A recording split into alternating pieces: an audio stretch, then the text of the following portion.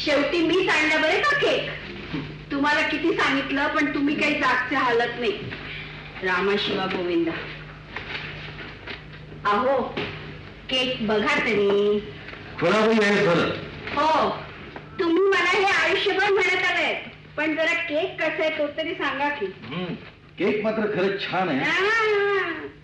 चव नाही घेऊ द्यायची म्हटलं मी. नाही घेऊ. अहो महेशला फोन केला होता का हो? काय म्हणते मी फोन केला होता का? नाही. काय करता हो तुम्ही घरात बसून नुसते पेपर वाचायचे. 4 पेपर घेते त्याच बातम्या वाचायच्या. किती विचित्र वागता हो तुम्ही. अहो माझी धावपळ बघताय ना. गुडघे किती दुखतायत माझे. आता दिवसेंदिवस तरुण का होणार आहे मी.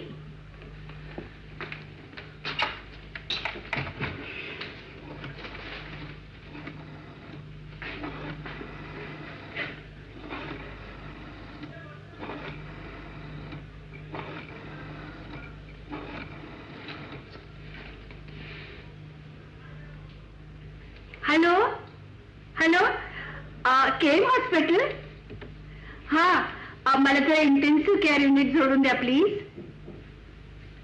हो हॅलो हॅलो मी इंदिरा पटवर्धन. डॉक्टर महेश आहेत का तिथे.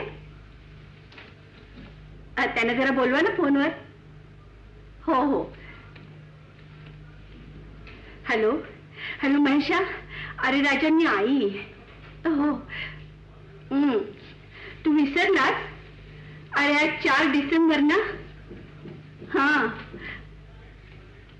असं रे काय खूप काम आहे म्हणजे काय. अरे हॉस्पिटल मधली कामं नेहमीच असतात रे. एक दिवस तरी द्यावा रे आईला. कामं रोजचीच आहेत ना. येणारच ना. आणि हे बघ गीतांजलीला आणि अभिजितला म्हणून लवकर या. हा मी वाट बघते रे. हो चातक पक्षी झाले बघ अगदी.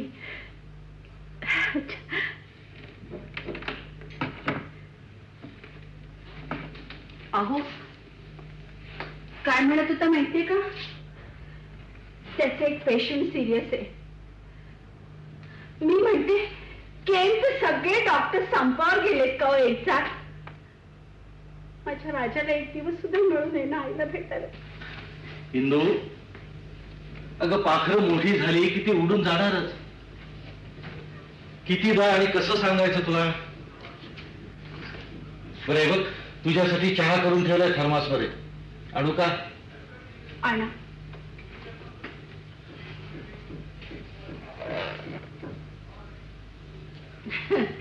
काय हसायला काय झालं.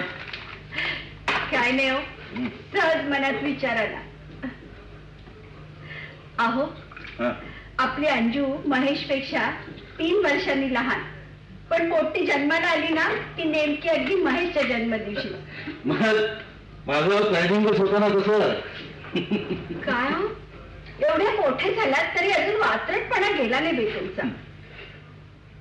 पण मी म्हणते त्यामुळे आपल्या आयुष्यातला मौज मजेचा एक दिवस कमी झाला असं नाही का वाटत तुम्हाला. असलं कसलं तुमचं डोकेवस प्लॅन. इंदू चहा गार झाला असेल बघ.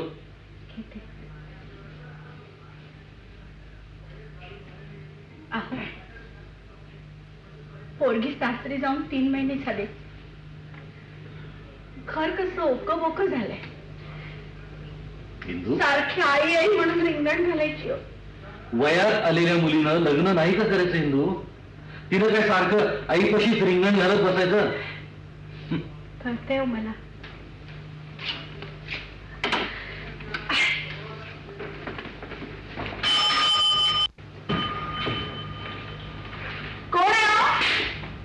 गीतांजली आहे बघा. ये ये. आणि हे काय एकटीच आली? महेश नाही आला तुझ्या बरोबर? अशी कशी ग तू? जरा सुद्धा अधिकार गाजवता येत नाही का तुला तुझ्या होणाऱ्या नवऱ्यावर? आई असं दे ग. तुमचे अवघड अभ्यास, तुमची गुंतागुंतीचे आयुष्य, पण त्यातूनही माझी माया अशी दुथडी भरून वाहू लागते आणि मग सगळा घोळघोळ होतो बघ. ये मी तुला केक दाखवते. अरे हो इंदू. काय? अगं एक सांगायचं विसरलो. मगाशी फडके सरांचा फोन येऊन गेला, तू बाहेर गेलो होतीस त्यावेळी. हे तुम्ही आत्ताच सांगताय हो मला? विसरलो ग. असे कसे विसरता हो तुम्ही? गीतांजली, तू यांना स्मरणशक्ती वाढवण्याचं औषध दे. मी स्त्रीरोगच आहे, पण डॉक्टर आहेस ना, मग झालं. बरं का इंदू, काय? फडके साहेब सांगत होते देवेंद्र आणि मंजूने आयत्यावेळी बेत बदललाय म्हणे. दोघंही सकाळीच खंडाळ्याला गेले. म्हणजे आजचा दिवस दोघांनी साजरा करायचं ठरवलंय. आणि मला साधं कळवायची सुद्धा तसदी घेतली नाही ना. 3 महिने झाले पोरगी सासरी गेलीये, एकदाही घरी आली नाही. आणि मी एकदा घरी गेले होते तेव्हाही देवेंद्र बरोबर तिथे मला गेले होते. आई, मुलं मोठी झाली ना की त्यांना आपल्या परीने जगू द्यावं. फार गुंतून त्यांच्यात. तुम्ही बाबांकडे बघा ना. अहो, तुमच्या अशा गुंतण्याने तुम्हाला एकट्याला त्रास होतोय. इतरांचं तर सोयच होतं काहीही नाही. कळतंय का मी काय म्हणते ते? नक्की. अरे हो हो, किती रोग होतोय. आता आज तुला आमंत्रण द्यायला हवं का?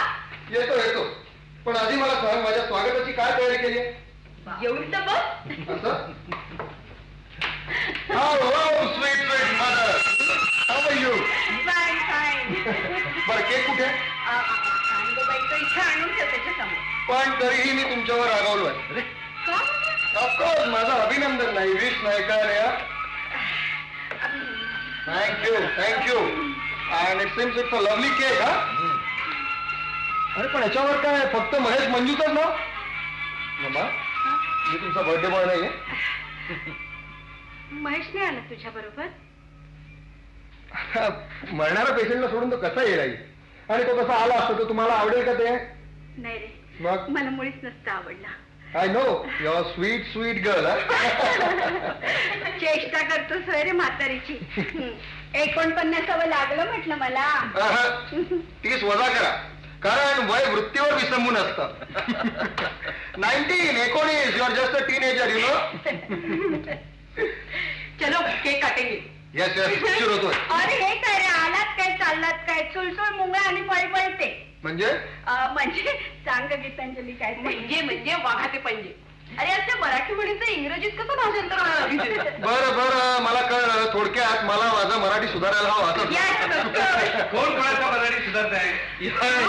या फडके साहेब या. तुम्ही कसं अचानक? अगं मी मगाशी सांगायला विसरलो, ते येणारच होते. हे तुमचं नेहमीच झालं. बसाव. मला वाटलं तुम्ही अगदी नाराज होऊन बसला असाल म्हणून. नाही हो, आता खूप बरं वाटतंय. मुलं आली आहेत ना. अहो वहिनी, हा डिसेंबर महिना ना. आणि मुलं आत्ता खंडाळायला गेली. अहो म्हणजे स्वेटर पिटर बरोबर नेलाय की नाही? अहो त्यांना काय करायचं sweater? They are just married. पण आता मी तुला अशी एकटीला सोडणार नाही. पुढे झालं तुझं शिक्षणाचं तुंटुण. आई नाही, आई तुमचं अगदी बरोबर आहे. आता खरंच फार झालं. Now I won't allow her to remain single. बघतेस काय आहे मी नाही. मला कळेल असं काहीतरी बोलशील का तू? सारं कळण्यासारखंच तर आहे आई. हो. तू रागव नकोस घ्यायच्यावर. माझा महेश आहे ना, तो आहे तसा नाठा. अगं पदव्यांच्या मागे लागून सारखा वणवण हिंडतोय. पण आम्ही घालू आता त्याची समजूत. हो की नाही? हे काय तुमचा का चेहरा असा पडलाय? आता अभिजितनं सगळं मनावर घेतलंय ना, करेल तो सगळं. आपण आता फक्त महेशच्या लग्नाचा मुहूर्त लवकरात लवकर सोड. माझा महेश मात्र याच्या अगदी उलट, एकदम घुम्या, प्रत्येक गोष्ट मनाला लावून घेणारा. अहो एकदा ना ती कॅलेंडर मध्ये कमळात लक्ष्मी उभी असते ना, म्हणून हा स्वतः तळ्यातला कमळात उभा राहायला गेला. हो, याला वेळीच कळलं म्हणून ठीक झालं. वेळीच वाचवलं हो यांनी त्याला. बरं ते राहू दे, चला चला. केक कापायचा नाही तू. नाही म्हणलं केक मी कापणार आहे, त्या नाही.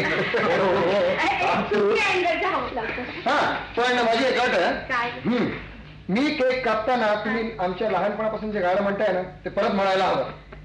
बरं बाबा. या.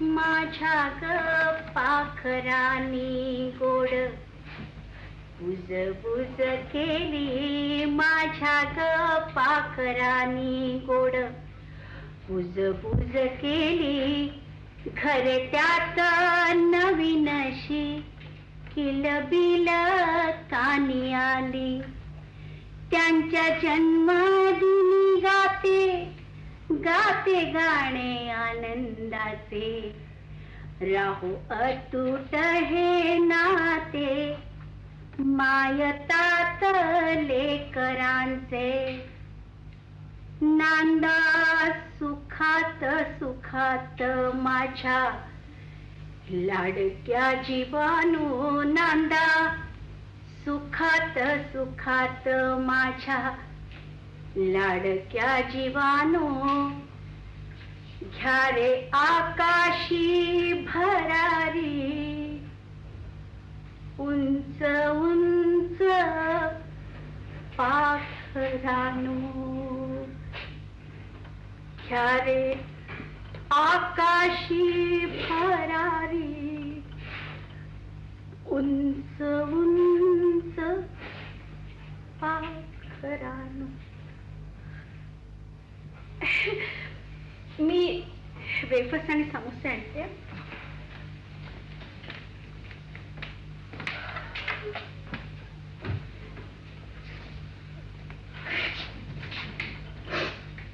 उगी बेटा, हे असं किती दिवस चालणार बाबा? बेटे आपण तरी काय करणार त्याला? नाही बाळांनो, तुम्ही सगळे खूप चांगले आहात, अगदी नको इतके चांगले आहात. अगं पण महेशचा आणि मंजूचा मृत्यू झाला हे तिच्या मेंदूत रजिस्टरच होत नाहीये. त्याला काय करणार? किती प्रकारानं तिला समजावलं तरी ती मानायलाच तयार होत नाहीये. अरे योगायोग तर किती विचित्र आहेत पहा. महेशच्या पाठीवर मंजू जन्माला आली बरोबर 3 वर्षांनी, तीही 4 डिसेंबरला. दोघांनीही जन्माचा आणि मरणाचा दिवस एकच निवडला रे. निवड उदाहरण नाहीये बाबा. आता कारमध्ये दिवस असतो तर माझाही ऍक्सिडेंट झाला असता, मी ठार झालो असतो. बसा बसा.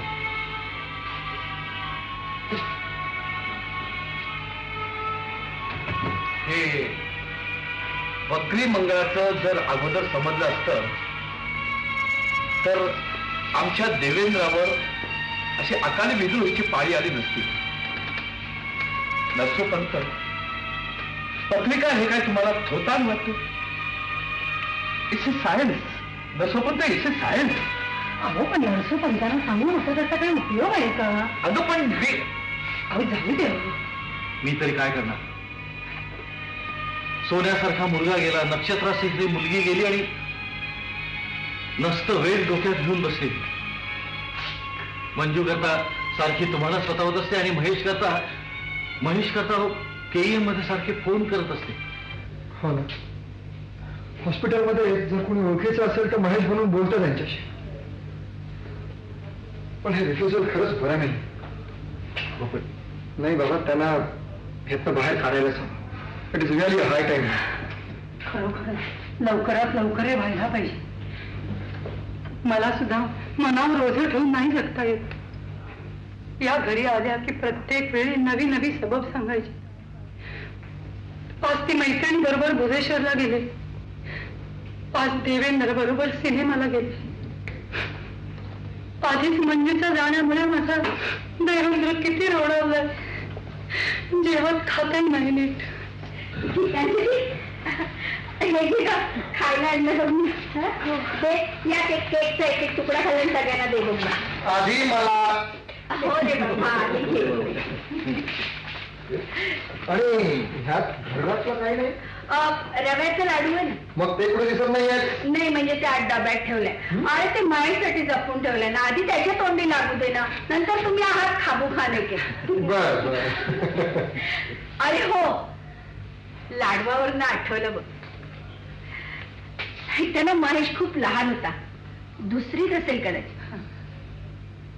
बाईनी शाळेत त्याला एक निबंध लिहायला सांगितला. विषय होता दुकान. पठ्ठ्यानं पेपरात लिहून ठेवलं, दुकान बंद. अहो बाई रागवतील नाही तर काय.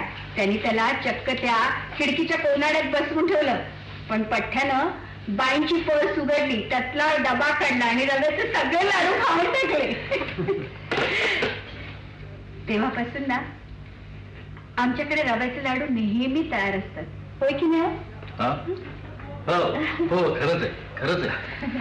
नसोबत तर तुम्ही यांची कुंडली, म्हणजे खरी कुंडली बरं का, माझ्याकडे द्या. हो पण नाही म्हणजे काय पापग्रह असतील ना त्याची एकदा शांत करून टाकू. काहीतरीच काय बोलता. का मला काय घाल भरलीये?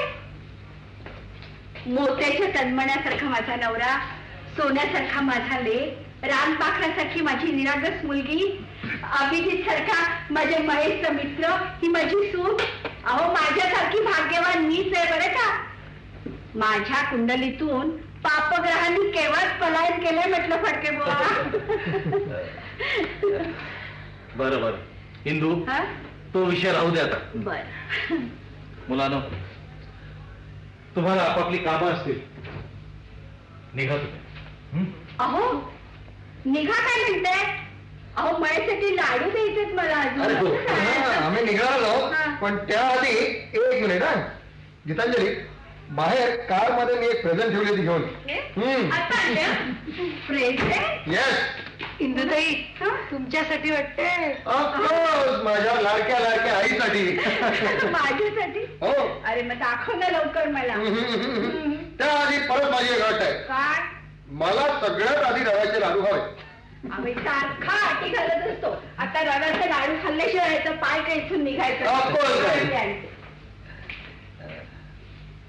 अभिजित, खरंच आभारी आहे तुमचा. अरे डोंगरा एवढे उपकार येते तुमच्या आमच्या. बाबा नाही, मला मान्य आहे हा उल्लेख केलेला तुम्हाला आवडणार नाही, तरी प्लीज. फडके साहेब, बहिणी, तुमचेही आभार. तुम्ही सगळे मंडळी आलात आणि आजचा दिवस खरंच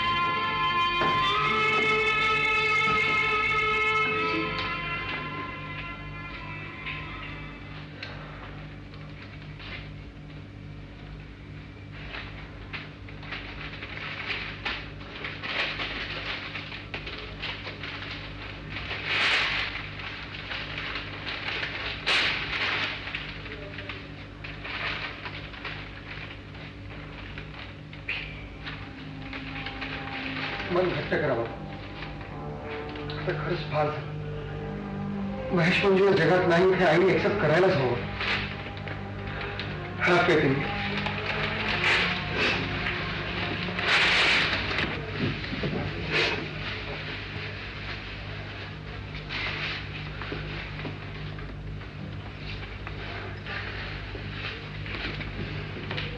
अभि, हे घे तुझे लाडू. कुठे आहे माझं प्रेझेंट? दाखव बरं तू आता मला. कुठे आहे? दाखव ना रे.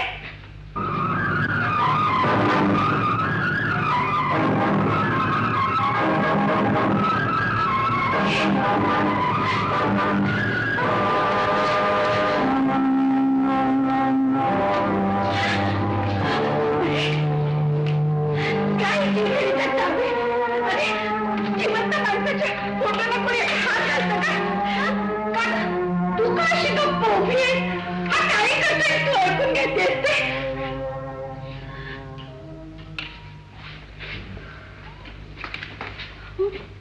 बघा ना, हा काय करतोय? तुम्ही असे गप्प का हो? आपल्या संसाराला दृष्ट लावतो, आपल्या संसाराला दृष्ट लावतोय. अभि ही जीवघेणी थट्टा बरी नाही. मित्र म्हणवतो आणि विष घालवतो. जीवघेणी क्रूर थट्टाला बरे करू.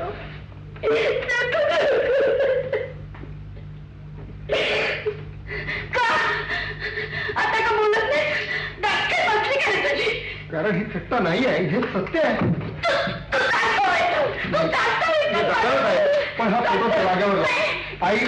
आई हा फोटो मला जागेवर लावू दे.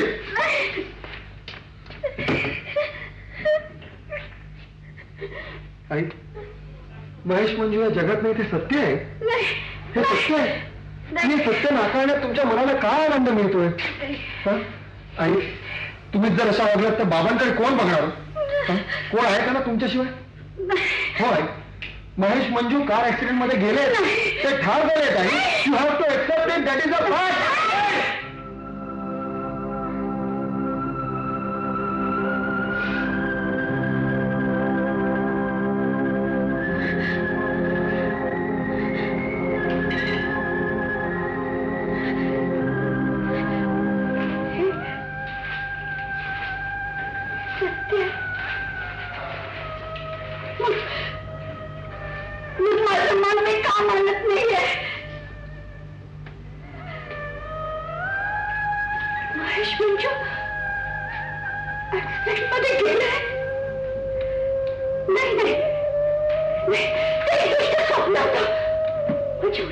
मला नेहमी म्हणायच्या, अगं तुझ्या संसाराला दृष्ट लागण्यासाठी कुणीतरी काही बोलता येईल.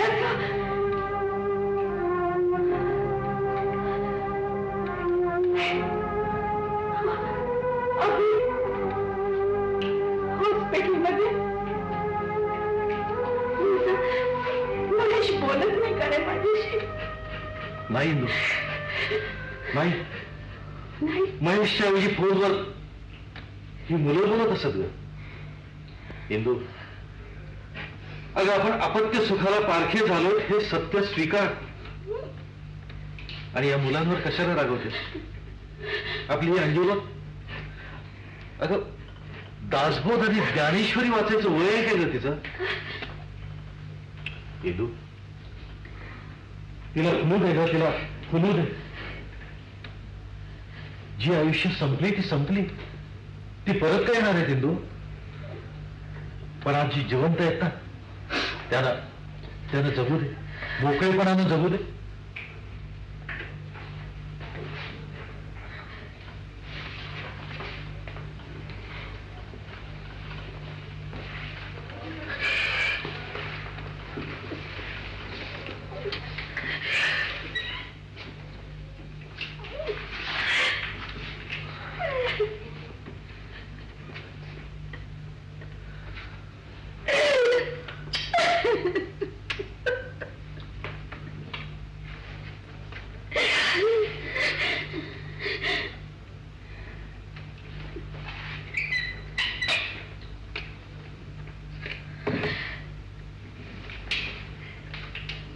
महेश, मंजू गेले.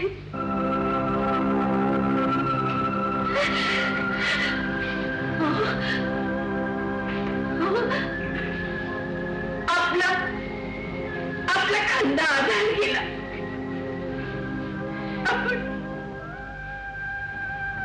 आपण कोणासाठी जगायचं?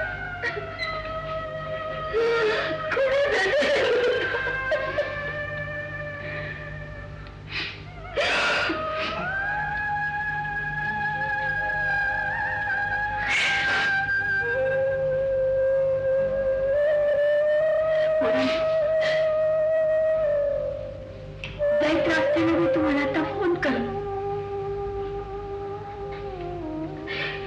वहिनी,